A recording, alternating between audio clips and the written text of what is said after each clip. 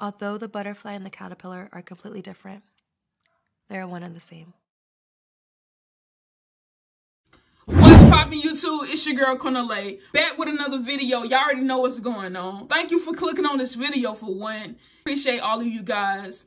Like, comment, subscribe, hit that notification bell to be notified when I first upload. Also, my social media in the description. Follow me on my Instagram. Show your love and support to my pictures. And if you want to talk about any wrestling, we can talk about it. All right, y'all. So you read the title of this video.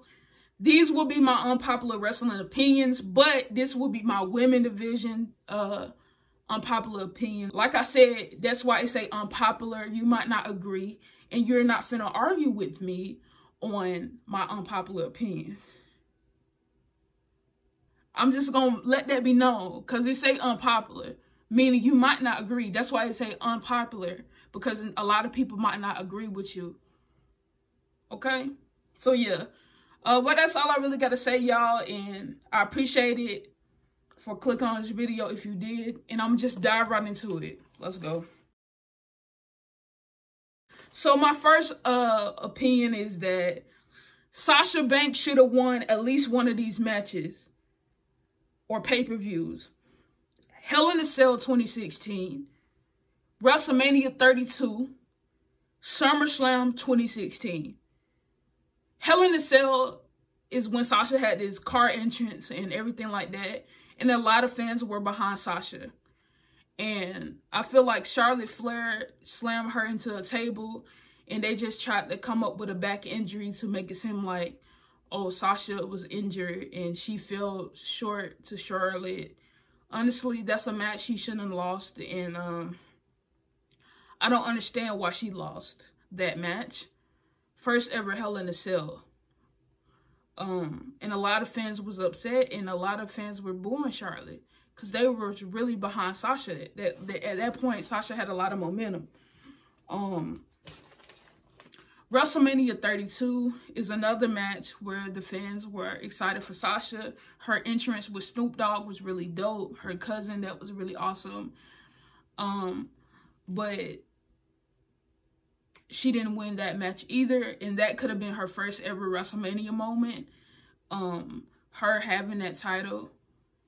But then again, Charlotte Flair was the Divas champion, and probably they wanted her to transition to the Raw Women's Championship and to be the first ever Raw Women's champion, probably. But that would have been her first WrestleMania win. All the 4 horsewomen have WrestleMania wins except her. And I feel like that's really dirty. I don't care what nobody say. Next, we have SummerSlam 2016.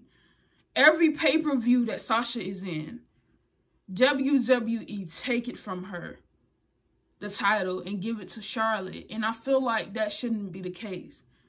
You have Charlotte with some short title reigns. You have Sasha Banks and Charlotte go back and forth for no reason. And Sasha Banks shouldn't have gave up her title to Charlotte just for her to win it back again on a Monday Night Raw. Like, does that make sense? Now I just feel like in the past that they was doing the most. Like, Sasha Banks could have won one of her big moments. And I feel like that's why a lot of fans want more for Sasha, because we really didn't get a big moment for her. And we see the talent she has. So I don't want to say that. But that's all I really got to say. I just wanted Sasha to win a big moment, a big pay-per-view opportunity in the past. Hopefully she gets that time and she start winning and having a long title reign. Like, give just her a long title reign and I'll be fine with that. Next, we have Bayley is unappreciated. She's not underrated. She's just unappreciated. Yeah, she's not underrated, but she's unappreciated. Yeah, Bayley is unappreciated because I feel like she's a good heel right now. And she's really doing her thing. And I really enjoy watching her on Monday Night Raw and SmackDown. Excuse me, Bayley. Obviously, the match for the past couple of weeks, she's really been in tune with her character. And as a face, Bayley has put on some good matches and some decent matches. But there's always fans just speaking on her. Like, she can't even do anything right. She breathed people talk. Like, it's really upsetting. It's really disrespectful how they do her. They just be talking about her facial features, which does not have nothing to do with her wrestling. Like, they just call her ugly. They say so much shit about Bayley that it's not funny. And they just act like she's just all the way suck. It's a lot of people on this roster that cannot compare to Bayley, if you being honest. Like, they just be nitpicking. Okay, it's cool that you don't like her, but if you ask them what's the reason, then it'd be something stupid. You know what I'm saying? Have a valid reason for not liking her character, please. But yeah, Bayley is a good champion, and I like her wrestling and stuff like that. It's not like you can't go back and watch her matches, because she don't wrestle that bad. And I don't blame her, because in the past, her booking was off. So if somebody has bad booking, how are you going to care? And a lot of wrestlers fell short to WWE booking. So yeah, but Bayley is unappreciated because people don't value her as much. So yeah. Next, we have Bianca Belair should have won at NXT Women's Championship. Bianca Belair put in so much work down in NXT, probably in the Performance Center as well. And I've seen a lot of videos on YouTube, and people love Bianca Belair work ethic. They said she one of the most talented women on the roster, and she gives everything she got when she out there. And like, and you can see it when Bianca Belair wrestles. Like, she's really athletic, and you know she's naturally gifted with this, and she can go crazy. So honestly, down at NXT, people loved Bianca. She was really entertaining, and I wanted her to win the NXT Women's Championship. So Shayna Baszler and Bianca Belair had their feuds or whatever and had their time. I really wanted Bianca Belair to take it off Shayna Baszler. That would have been perfect. But WWE skipped over a lot of women and brought Rhea Ripley from NXT UK, a whole nother brand, to come across here to beat Shayna Baszler when Bianca Belair was there. How could you do that? And now, I think it was an interview or something, it was a post saying that, like, Bianca still want to win that NXT Women's Championship. She shouldn't be saying, I need to win that, or I want to win it. It should have been already won that, or I already had won that.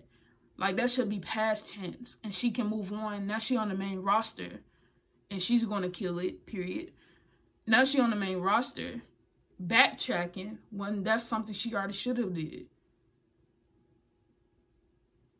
If that makes sense. She deserved to be, well, I'm not going to say deserved, but she should have been NXT Women's Champion. I don't care. Next is Charlotte was overpushed and shouldn't be a 12-time champ. Alright, y'all, so this is not no shade thrown to Charlotte. I just feel like WWE was more focused on her and just pushing her to her limits. Basically, her dad is I don't know how many titles he had. It's close to like 16, 17 titles. They're trying to get Charlotte close to there, it seems like, because she's a 12-time. She already beat Trish Reign. And some of them title reigns, don't lie, was pointless. Was really pointless of her winning, and I didn't understand, because Charlotte had some short-ass title reigns. And it had no meaning behind it or anything like that. They just wanted her to be the top woman of the division. And they put so much effort into her. And like, I use this example like this. You're trying to grow a garden. Basically, you have beautiful plants, which are the whole women division. But you are focused on this one seed and growing this one seed, and you're not worried about the other seeds that you're planting, and you only watering this one flower.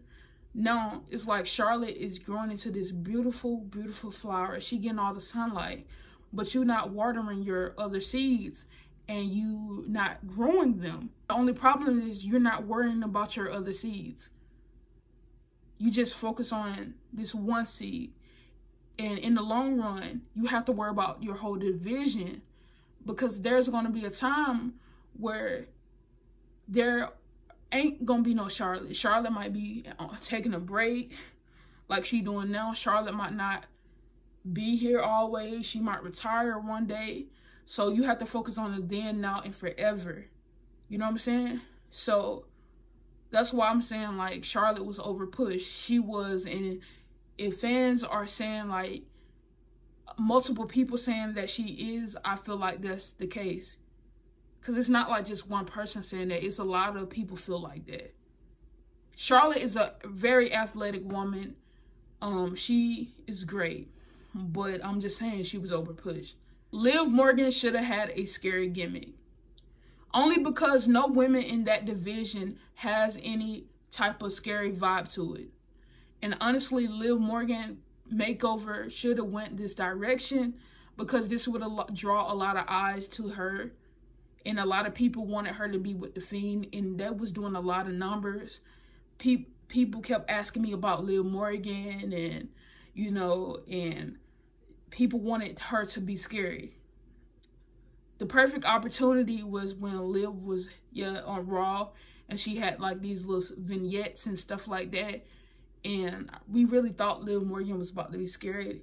WWE messed that up when they inserted Liv Morgan into this wedding with Lana. And after that, they just wanted to draw numbers for the moment. If Liv Morgan said she's a lesbian and she was with Lana, that will get a lot of views and draw a lot of eyes. After that, I felt like they didn't know what to do. And that's why we seen Lana and Liv in pointless matches over and over. Her tagging with Rusev and all, because they didn't know what to do. Now they have to reevaluate everything and think about what to do with Liv Morgan, if that makes sense. So honestly, I really want her to be a scary character. I don't know what WWE is going to do, and I don't know what they're going to consider, but I really think this will draw a lot of eyes and do numbers. So whatever happens in the future, I hope Liv Morgan has a scary character. But then again, WWE creativity part of it sometimes don't see eye to eye with the characters. So I don't know. Period. But my last but not least, women should have a cinematic match. I want some women in the division to have some cinematic matches, like Sasha and Bailey. If they have a title match, I want that to be like a street fight or some type of sort of match where you like, oh my God, this first ever cinematic match for the women or something like that. I really think that would be cool and awesome and a great storytelling and something. So like, we've seen a lot of men cinematic matches now. My personal fave is the Boneyard match with The Undertaker. That was a really phenomenal match, and I loved that to pieces. One of my favorite matches in history. But like, women having cinematic matches would draw a lot of eyes, and we can see the women developing, and that's something we never got from the women division, and I just want to see that from them. So honestly, I hope WWE consider that and will let them have that. But yeah, y'all, that's all I really got to say for my unpopular opinions. Comment down below what you think of my unpopular opinions. This is an unpopular opinion, so you might not agree. But like, comment, subscribe, hit that notification bell. I might do a part 2, but I just got to come up with opinions that I think, because I struggled making this video. But like, comment, subscribe, hit that notification bell. Follow me on my Instagram down below in the description. And until next time, I'll see you guys later, and I'm out. Peace.